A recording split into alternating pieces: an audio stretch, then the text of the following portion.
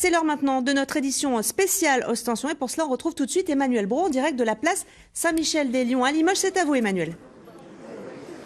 Oui, bonjour à tous et bienvenue dans le Midi Pile de France 3 Limousin. Nous sommes place Saint-Michel à Limoges pour une édition spéciale consacrée au 73e Ostension. C'est une tradition, vous le savez ici, tous les 7 ans. Le Limousin honore et vénère ses saints dans une vingtaine de communes avec de magnifiques cérémonies et processions. C'est une fête religieuse et populaire très ancrée dans la tradition limousine et qui attire des milliers de personnes venues de tout le Limousin mais aussi de partout en France. Le lancement officiel de ces 73e Ostension aura lieu ici même, derrière moi, dans l'église Saint-Michel-des-Lions ce dimanche. Église qui deviendra officiellement basilique ce dimanche également. On en reparlera dans ce journal avec le père François Renard que l'on retrouvera tout à l'heure à l'intérieur de l'église avec Martial Codébas. Et puis, deux invités avec moi ici sur la place.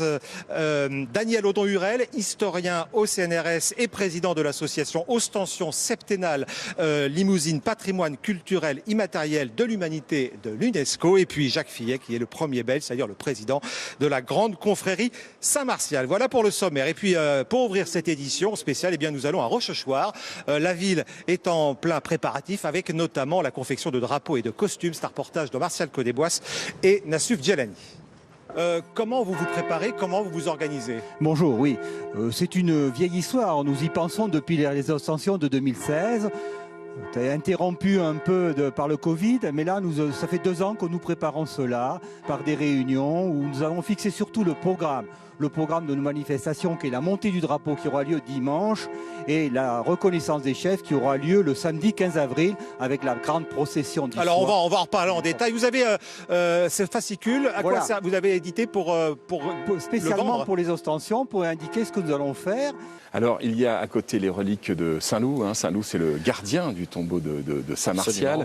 Oui. Également, on le voit à côté, donc les reliques de Sainte-Valérie. Alors, l'ouverture des chasses, c'est pas ce dimanche, ça sera le 15 avril. Absolument. Et donc, vous le disiez un petit peu en préambule, eh bien là, l'évêque va sortir le chef, le crâne de Saint-Martial. C'est un moment important pour vous qui êtes curé ici de Saint-Michel-des-Lions.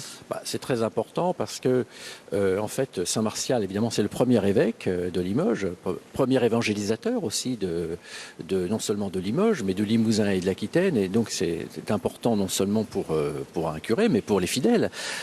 Énormément de gens viennent ici pour honorer évidemment les reliques de Saint-Martial. Donc c'est très important et tous les 7 ans, il n'y a que tous les 7 ans où l'on peut voir en fait réellement les restes de Saint-Martial.